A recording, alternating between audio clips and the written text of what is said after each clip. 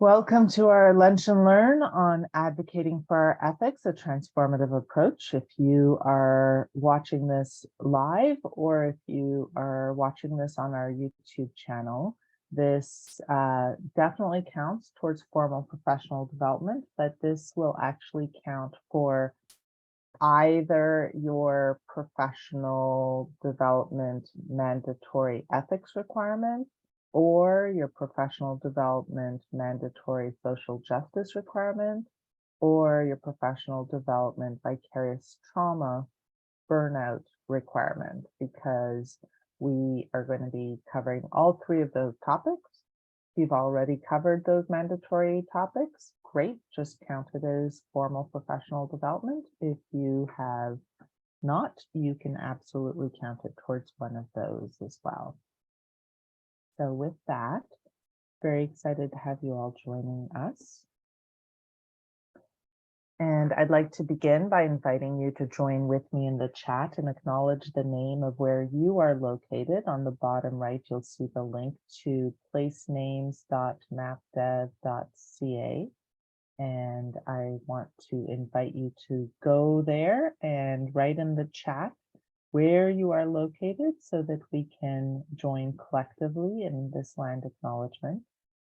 I would like to begin by acknowledging that I am speaking from Unama'ki, which is located on the ancestral and unceded territory of the Mi'kmaq, whose inherent rights were recognized in the peace and friendship treaties that were signed with the Mi'kmaq, Maliseet, and Passamaquoddy peoples from 1725 to 1779.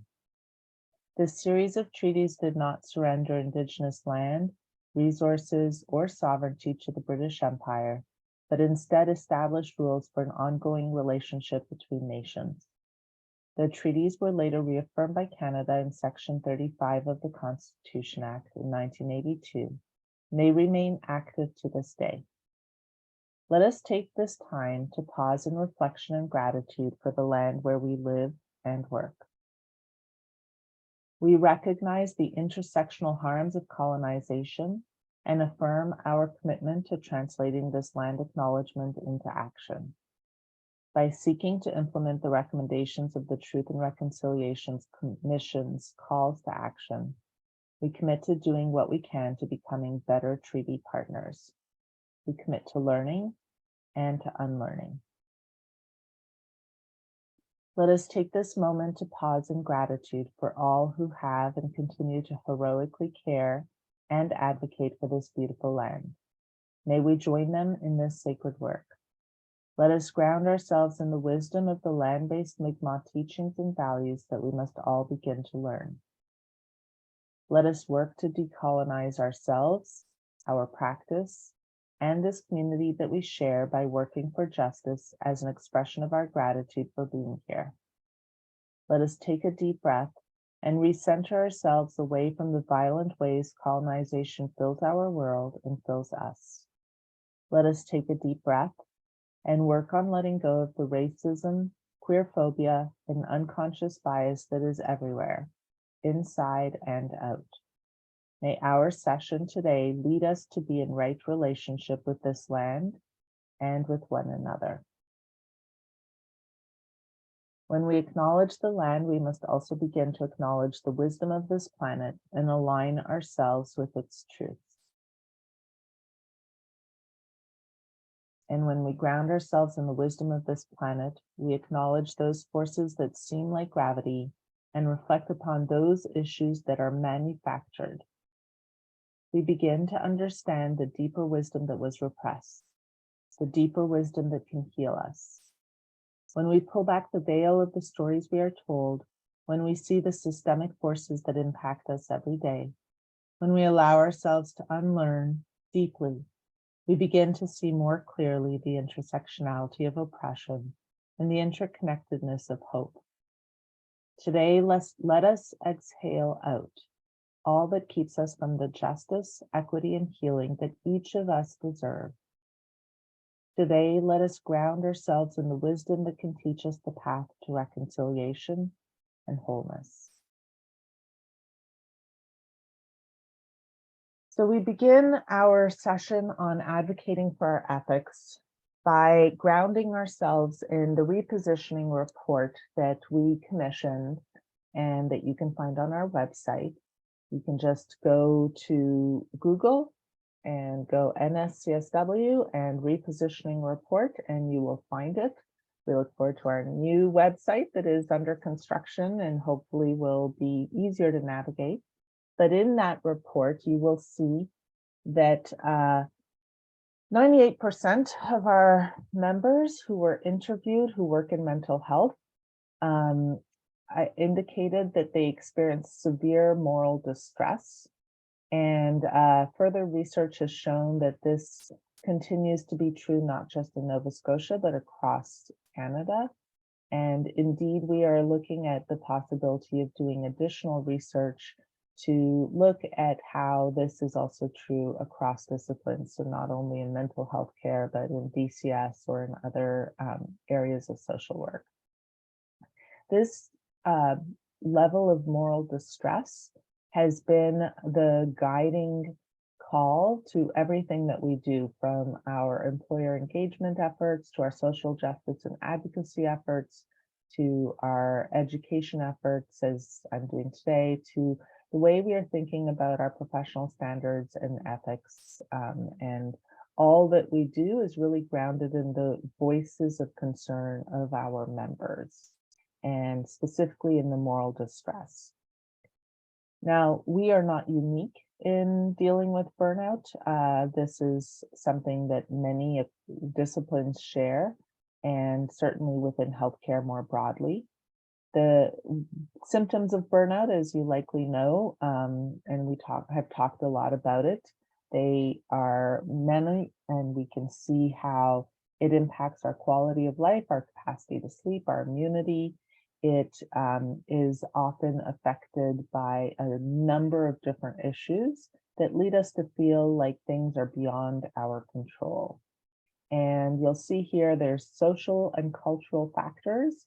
There's structural racism, health inequities, health misinformation, mental health stigma, unrealistic expectations of workers, budget issues, larger policy issues. Then there's mezzo level situations. So in terms of our organizations, for example, IWK has different policies and approaches as opposed to NSH. We can see that different organizations have different cultures that will either intensify or reduce burnout. And that's also true in terms of our individual leaders and our work colleagues. And also the stuff that we bring to any given situation, our own intersectionality, our own experiences of trauma, the way we deal with stress. And of course, budget cuts over the last few years has made things much, much worse. And now there's this phenomenon of quiet quitting. Many of us are on leave, or we are working to build up our private practice to get out of the system because the system is causing such severe moral distress. And this is not just true for social workers, but we see many healthcare providers that are looking to start businesses or working in real estate or doing something other than what they were trained to do, in large part because of the burnout.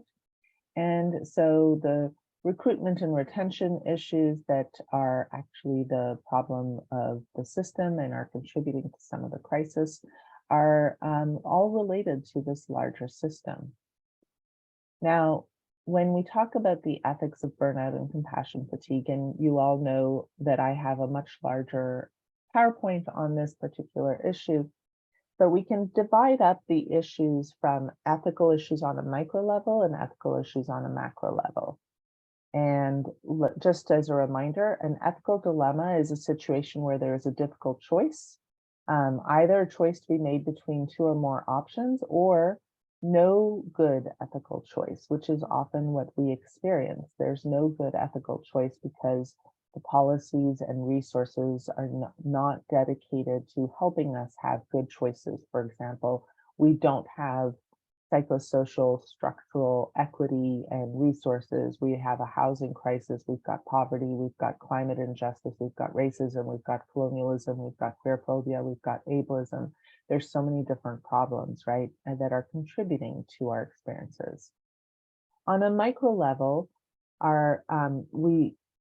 because of burnout and compassion fatigue, we struggle to cope. We have difficulty concentrating. This leads us to making mistakes, to feeling worse, getting sick, often turning on those closest to us or ourselves. So we will often find ourselves making perhaps less than ethical decisions because burnout means, for example, if I have difficulty concentrating or I have memory problems, I might provide less good patient care, for example. On a macro level, we often become complicit. We are part of this system. The system is staying the same because we feel so burnt out. We're blaming ourselves. We're giving up. We sometimes turn on one another. And this means that the system stays the same. And the underlying ethical impasse that is causing the moral distress is getting worse. So thinking about ethical concerns and ways to understand ethical concerns, the first thing that needs to be done is we have to understand the problem fully and create good processes. So here's just one amongst many different approaches. And of course, please stay tuned for our ethical cafes that we try to run every couple of months. In partnership with Nova Scotia Health Ethics Network, so that we can begin to really think through ethical concerns more completely. But we see that, for example, we have to recognize the ethical concern. We have to understand it fully, understand all of the options, all of the consequences of the options. Then we have to test the option that we want to try and look and decide and analyze and then make decisions and then reflect on the outcome, because just because we did an ethics concern, if you've ever sat on an ethics committee, what you then want to do is reflect on how did our intended recommendation align with what actually happened. Now, of course, in terms of ethics, there's multiple concerns, multiple ethical challenges that can lead to opacity, bias, discrimination. They could be related to autonomy, informational privacy, boundaries, moral responsibility. So we can think of all of these different issues as different concerns that can impact our ability to provide good ethical practice. So having a good ethics framework is key to being able to understand the ethical issues, the dilemmas, the conflict of values. And what we really need to do is not just, for example, look at social workers and look at our own code of ethics about that, but we also want to see how do those around us, how are they dealing with this? How are they analyzing it? Because we don't live in a vacuum. Now, an ethics consulting team is a chance for everyone to get on board and provide their unique perspective. It bridges silos and brings people together. So in the core reason why we have partnered with the Health Ethics Network of Nova Scotia is precisely because we understand that social workers on their own are not always able to address all of the ethical concerns that we might have. We need all of the other members of an interdisciplinary team to also be joining us in dialogue and conversation. That is in itself really healing for burnout, because it means we're not alone dealing with the problem. And we have a chance to connect with other disciplines who are also likely struggling just as much as we are, because ethical dilemmas impact us all as human beings, not just based on our profession. But if we are just looking at it and looking at that individual micro patient case, we are not always seeing the larger systemic issue. This is where social workers can really come in to look at the larger systemic issues that are influencing any given situation. And that should be considered as part of an ethical dilemma. And that is one of the unique perspectives that social workers bring to any ethics consulting team. So if you are not part of an ethics consulting team and you happen to work in healthcare, you might want to look at possibly joining those health ethics conversations. This would certainly count towards your professional development, but it also might help with resilience, helping you feel less burnt out because you're part of lending a different voice and perspective, and you're part of that larger whole. And it also helps ensure that those decisions consider the larger systemic issues that social workers can understand. This also means that our voices don't stop and end with us. This is why we have partnered with the Nova Scotia Health Ethics Network, and this is why we are now working with them to connect ethical concerns that might rise up to larger systemic issues. So for example, in a couple of weeks, we're going to have a health ethics network partnership cafe, an ethical cafe, and we're going to be looking at medical assistance in dying.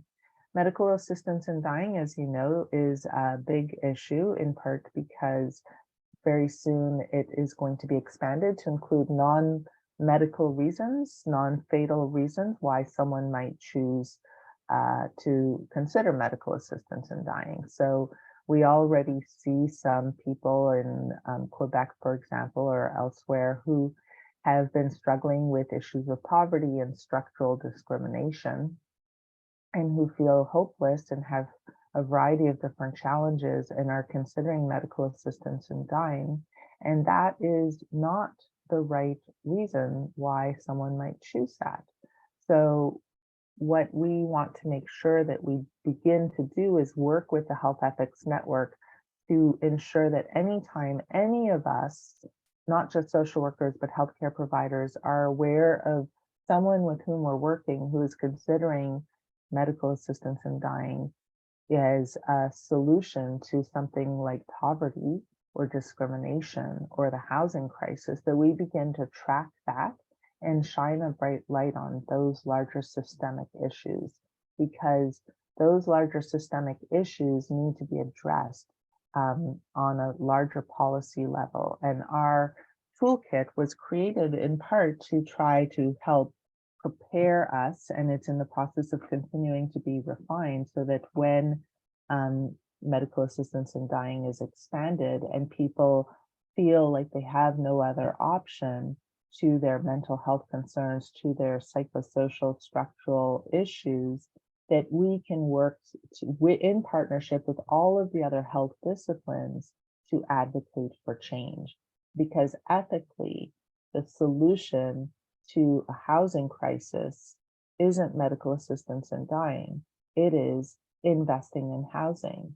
The solution to discrimination is working to create an intersectional equity framework that can ensure that all of us have equal opportunities and that some of us aren't being left behind.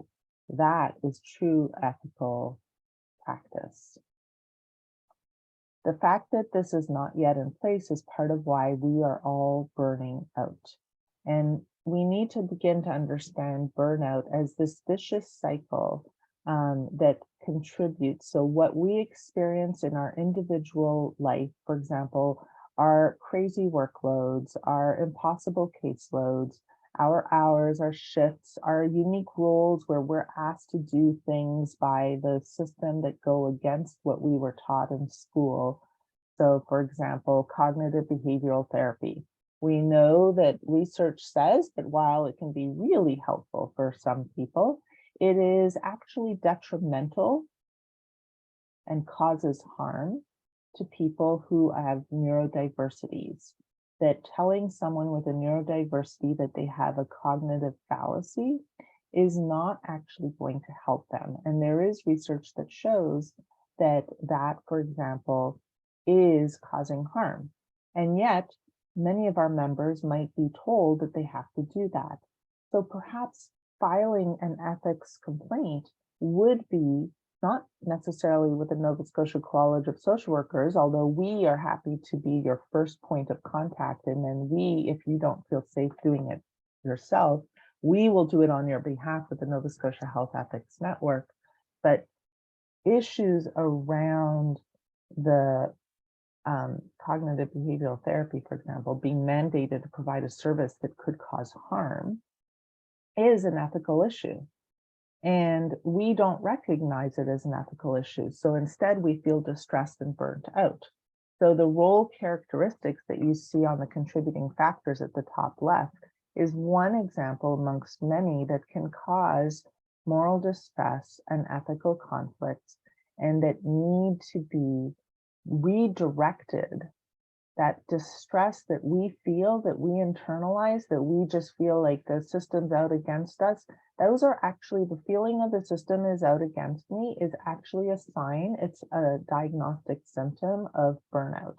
What we need to do is not internalize that and let it get us down. We need to redirect that anger and frustration and hopelessness back to the system so that we can work to increase the positive outcomes. And we also need to show and begin telling the true story of what is causing our healthcare crisis. Our healthcare crisis is as a result of the burnout, that is as a result of the contributing factors that we see here on this chart. Also, we know that marginalization and prejudice increases burnout.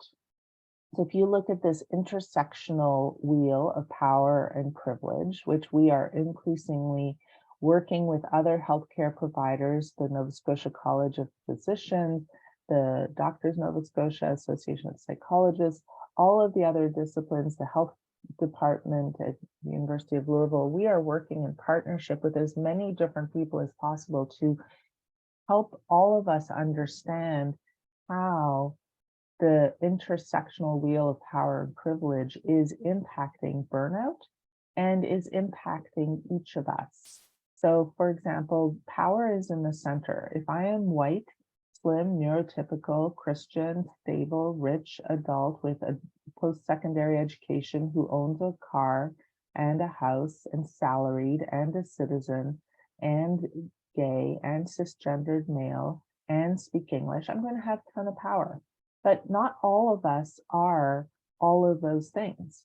And what we need to do is recognize that it is actually in our marginalized identities that our true wisdom about how the system is not working can be found. And we need to work on dismantling these systems and the silos that cause us to think that we are all trapped and that this one type of oppression is unique, when we can see how they all actually work together. And if we were to look at the numbers, the people who are 100% in the center are actually the minority. The majority of us, in fact, there's research that suggests, for example, that 40% of people are neurodiverse. Of course, there's a lot around that, and stay tuned because our social justice and professional development committees are working on a big ideas in mental health panel on neurodiversity and mental health, because there's so much more that needs to be understood about it. But it is actually a really large part amongst us, and yet we don't talk about it. The world is set up for those people who are neurotypical, who do not necessarily have the kind of diversity that so many of us share.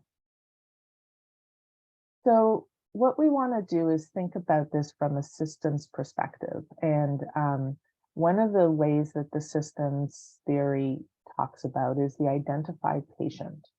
So each of these unique identities, sometimes in different contexts, function as the identified patient.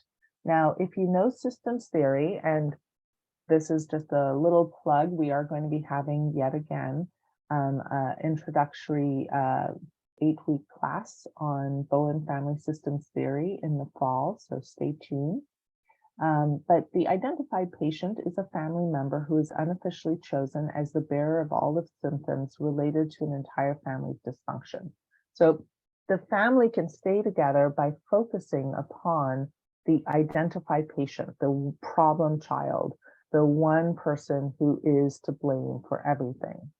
And you can see on the right, all of the different types of oppression. They all link back to that same wheel of power and privilege. And we can see how specific target groups are used in different contexts. For example, right now we can see transgender rights being a small enough group that everyone can organize around, and that is being used as a weapon. But there are many other identities, and we can see a few of them here. Systems theory reminds us that all systems are homeostasis seeking.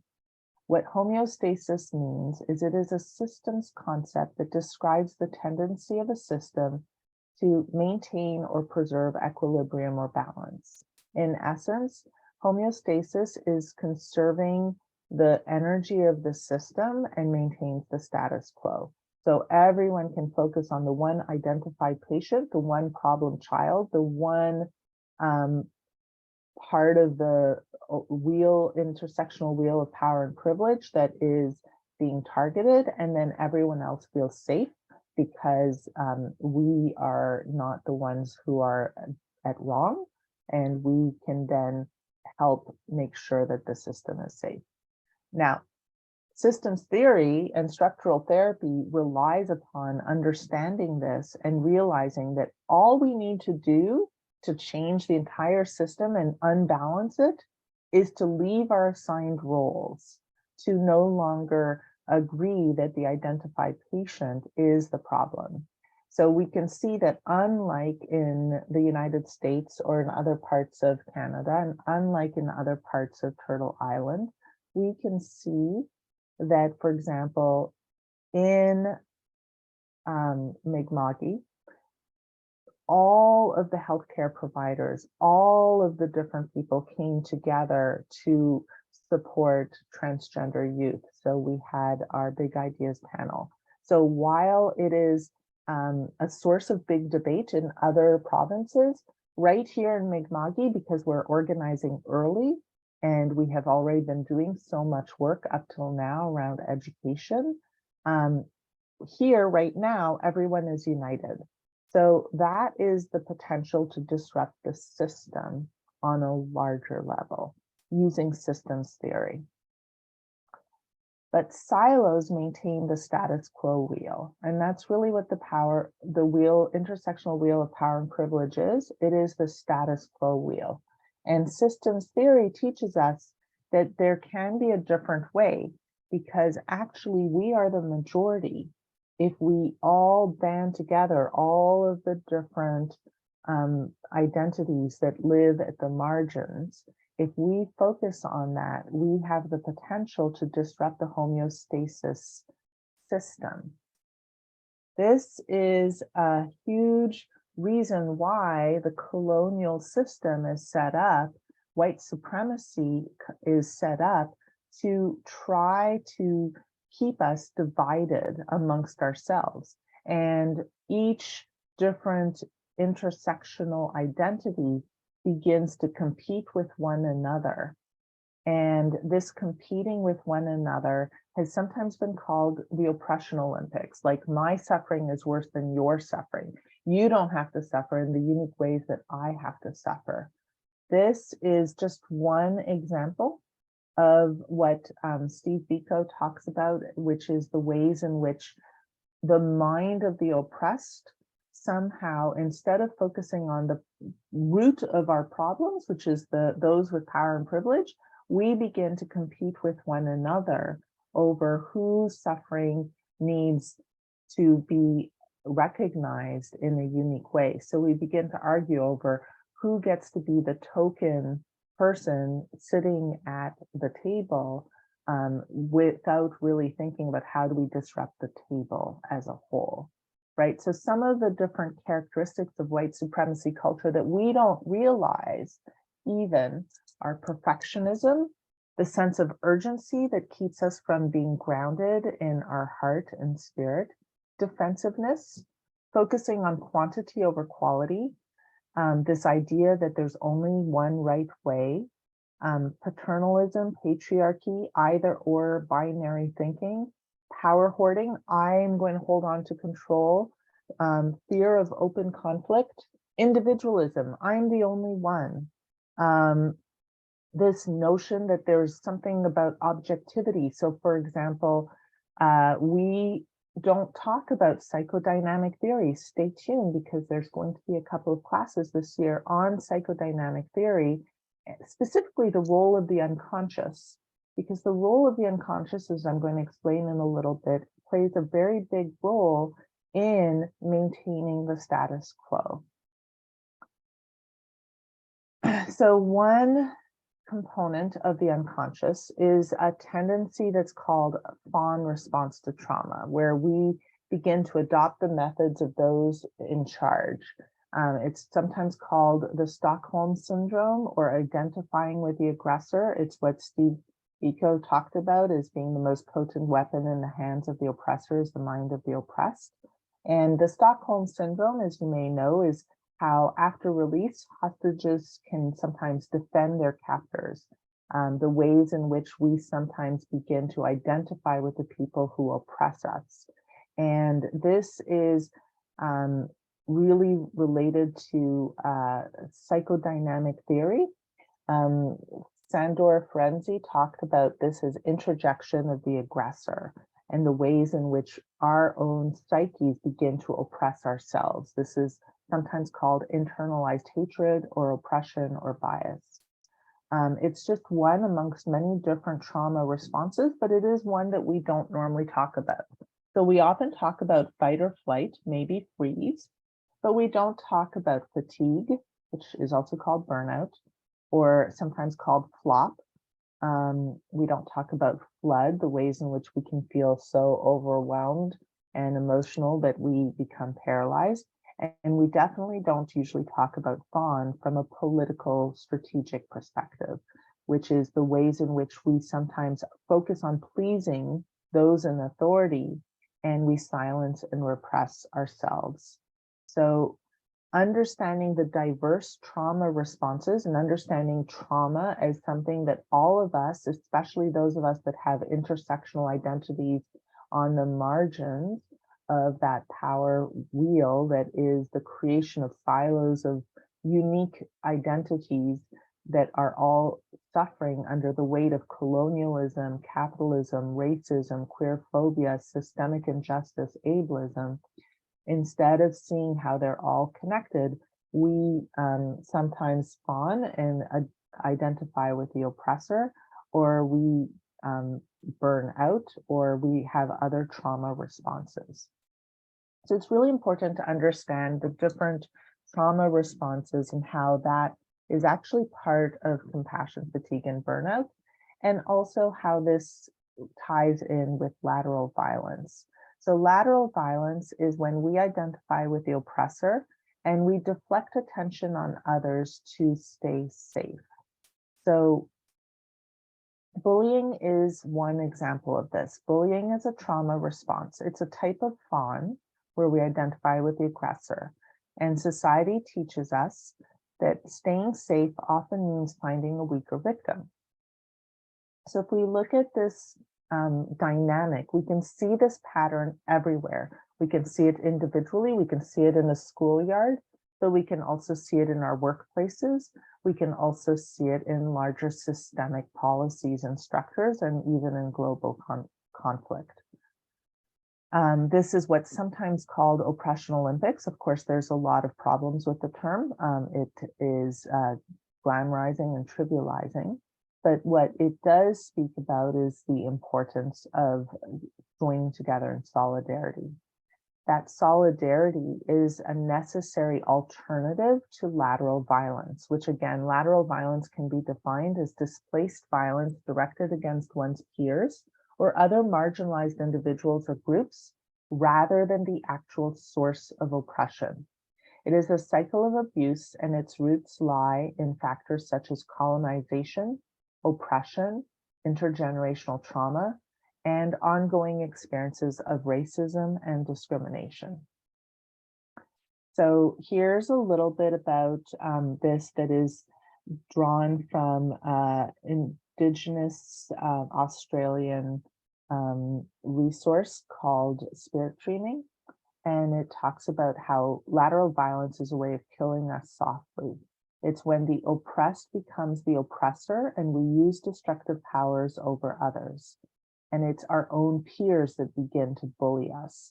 This has manifestations. If you've ever read Michel Foucault, you can see how this plays itself out in the criminal injustice system, even the architecture of how prisons are set up so that there's a guard in the center and he's just one person, but because he's in the center, it makes it seem like he's everywhere because he has eyes on everyone. But actually, if we think about it, the democratic majority are everyone on the outside. But instead of us joining together against this one person, we often turn on one another because of earlier traumas that are often intergenerational and systemically reinforced.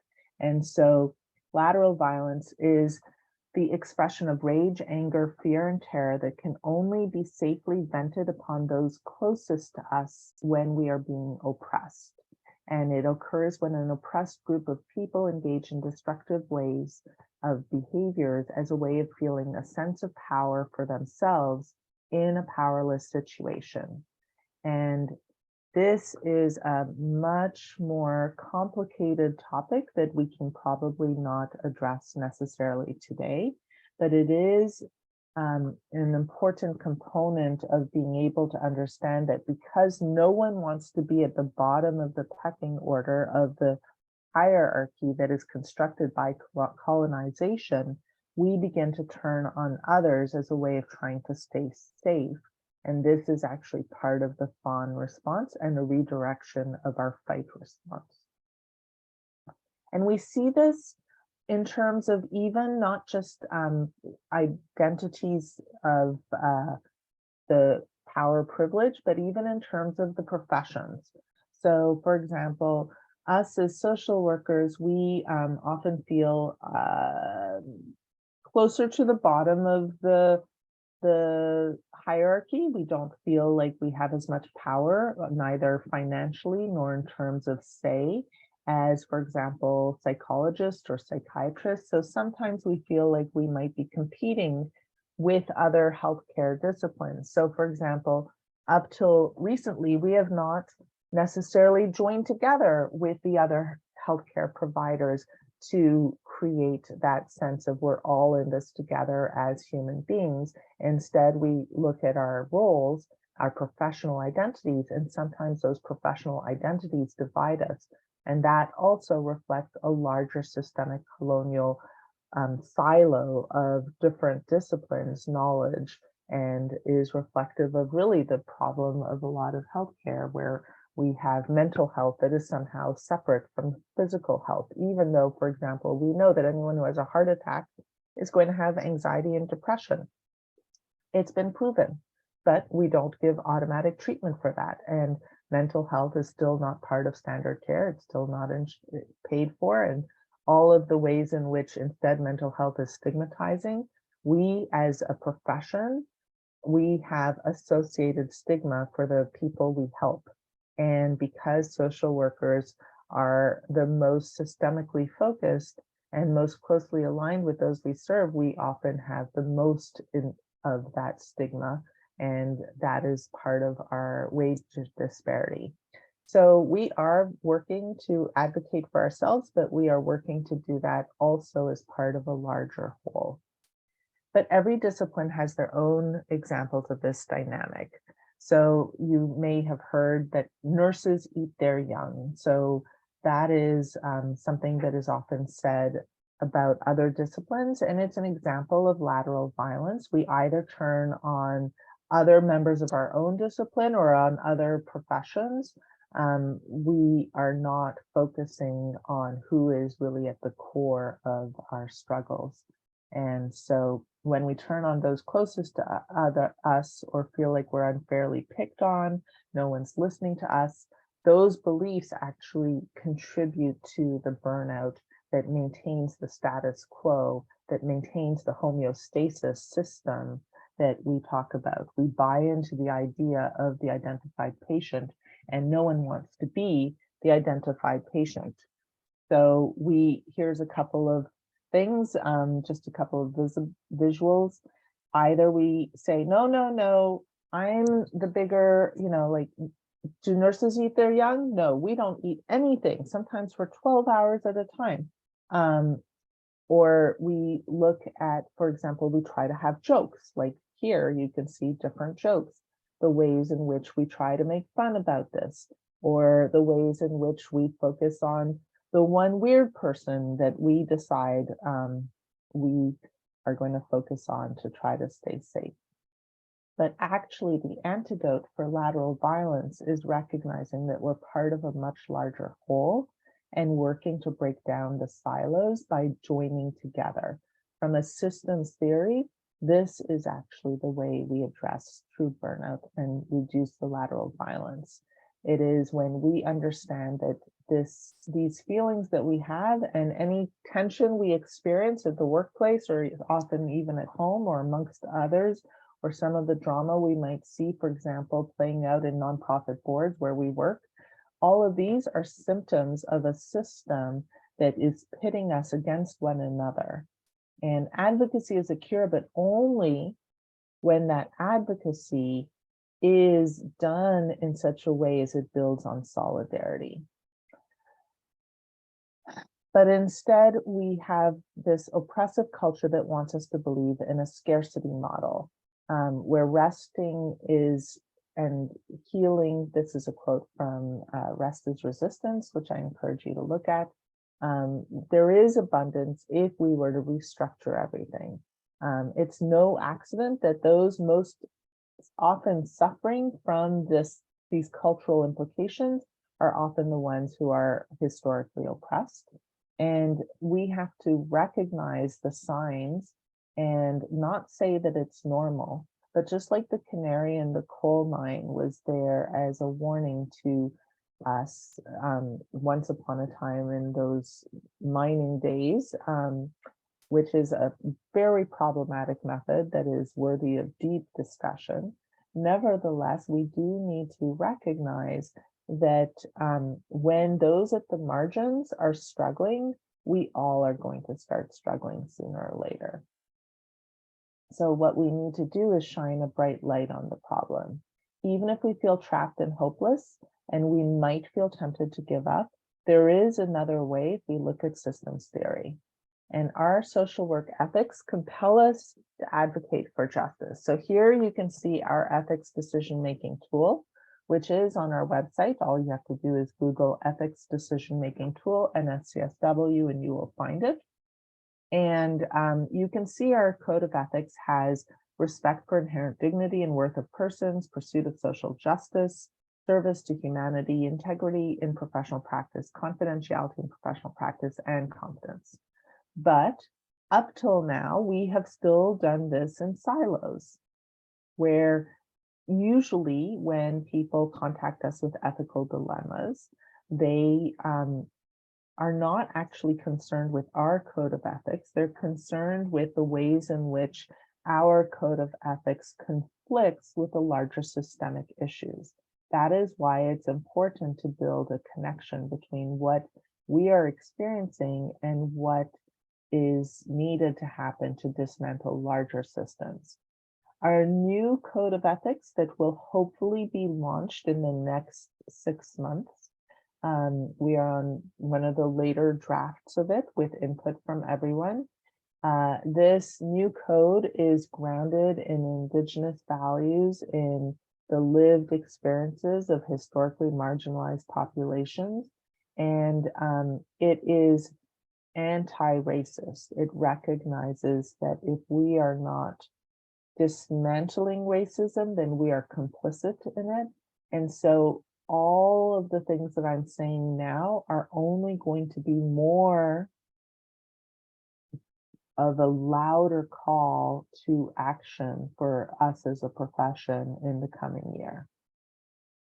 And so what this means is we need to begin to see how our ethical dilemmas and our experiences are connected to larger problems, that dyadic problems and triangular problems are part of intersystem problems, and that the people we're working with who are having perhaps multiple comorbid situations, are dealing with multiple complexities, are actually part of much larger systemic issues.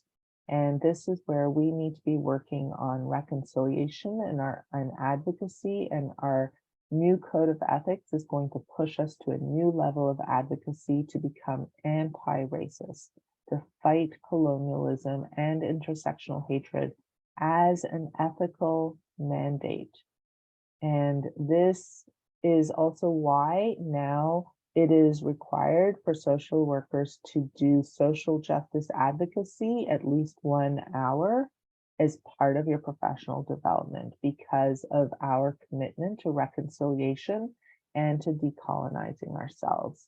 And this anti-racist and decolonial framework that we have, we also have a mandate to spread it, not just within our profession, but more broadly, because the notion of different professions with different ethics and different roles is part of that individualism and silo that is keeping us from working on reparations and working on justice. And so part of what we need to be doing is we need to be trying to push towards the center, to push towards more justice and equity. It also means that when we do things that are wrong, it's not our fault if we are struggling with this. We have to move outside of the shame and blame culture that is part of colonial thinking that causes us to turn on ourselves and one another rather than recognizing the system. So looking at everything with a systemic lens, and that's one of the reasons why we are starting to provide more professional development on a systems level, is an integral part of how we can work on dismantling the oppression and working towards our required decolonizing reconciliatory efforts. And it's also how we are going to heal our healthcare system and all of the different crises, the housing crisis, poverty, global crisis. It is time for a change. And we live in a colonial system that thinks that intersectional hatred, that silos and fragmentation are something to be protected. And the first step is moving to name what are divide and conquer strategies that keep us from seeing the full picture, that keep us fragmented. So for example, we know that the welfare system is perhaps one of the most fragmented, right? Because one team gets to see someone from here to here, and then they get to see from here to here, and then they get to see from here to here. Every time we have processes that are fragmented, we see this also in healthcare, we see this in so many different parts of our current system. It is harder to begin to think about how are we going to change it? How are we going to get everyone to see it? We barely even know the people on the other team.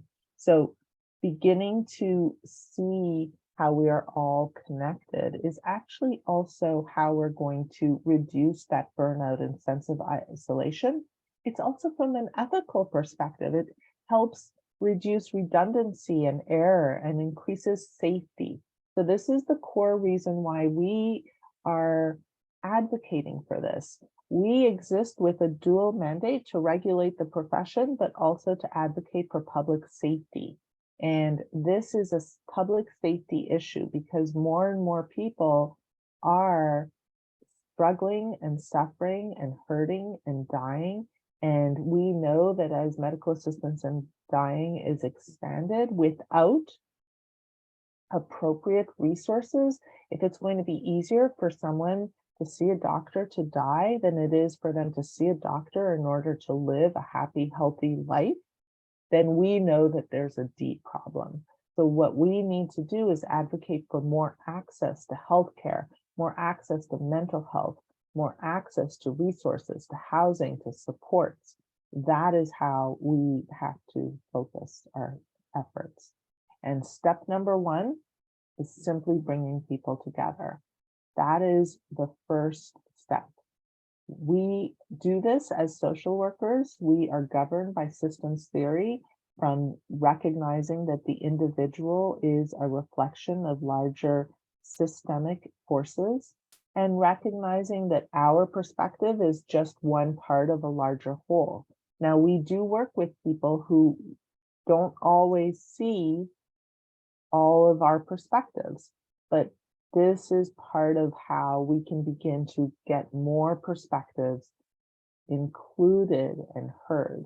This is one of the reasons why so much of our professional development focuses on panels, so that we can have first voice experience, the experience of people who've lived the struggle, who can be informing those components. So for example, all of our advocacy is working on advocating with First Voice. So we partner with the Canadian Mental Health Association, which represents those people living with mental health challenges, as part of our advocacy. We don't advocate for people, we advocate with people. That also is another way of addressing our burnout. Not only is it ethical for us not to speak for other people, but it keeps us from burning out, because we can't speak on behalf of others. We know we're not doing it right. We're not saying everything properly. What we want to be doing is amplifying the voices of those with lived experiences. So this is part of what we did as our, for example, recent letter to the Department of Education, where we asked for visible representation of people with first voice experience at every single table where decisions are made for kids. And we have developed this guide that we are continuing to refine, because of our commitment to ensuring that everyone's voice is heard. And this is part of how we recognize moral distress and as an alarm that things are not working, and what we do to try to advocate for change. We recognize that the burnout is an ethics concern, and old silo ethics, we would consult with our college, we might feel helpless, we would advocate, but we still wouldn't get heard very well. We'd feel helpless, not heard. We'd consult with our team, but maybe they aren't advocating for larger systemic changes, and it's all part of the silos. So the first step is connecting the silos, connecting the dots together, helping people understand that the healthcare crisis, that the staffing crisis, the burnout and retention is part of this distress, and we have to begin to make the case using numbers. We also have to start connecting our ethics consults. We need our members to let us know and when you have ethical concerns, so that we can begin to track this across silos, and then connect that to advocacy, and connect that back to our political leaders, so that we can begin to break down those silos. And that is part of our decolonizing commitment, our commitment to reconciliation, so that we fight back against the false narrative that says that mental health is different from physical health, which is different from psychosocial determinants of health, which is different from ecological, structural, climate issues, and where we believe that every part of the intersectional wheel has to compete for their one token place at the colonial table, which leads to lateral violence and internalized oppression, competing for seemingly scarce resources, where nonprofits are afraid to work together because we have a certain amount of money and we have to do things this way. And we begin to feel overwhelmed because it seems like there are too many problems. So we're going to just pick one. I'm going to just focus on ability or disability. I'm going to focus on this. I'm going to feel guilty or shame for not working harder, for doing it wrong. And all of these things keep us isolated. What we need to focus on is how we're all connected and how we are all complicit in a system that is oppressing us. But systems theory says that it's really much easier than we think to draw strength in solidarity and connecting our ethics and our knowledge to advocacy, This is the first step, and this is part of a larger focus on just culture that shifts from blame to recognizing the systemic issues and recognizing the ways in which they're all interconnected. And this is how we can transform moral distress into ethics consultation and into social justice advocacy as a way of healing ourselves and healing everyone else. And rather than feeling trapped and feeling like we want to give up, what we need to do is we need to work together, whether it's writing a letter to our MLA, whether it is sending a postcard or joining the social justice committee or any other committee, because we're all doing social justice. That's how we begin to move from burnout to hope. That's what happens when we work together.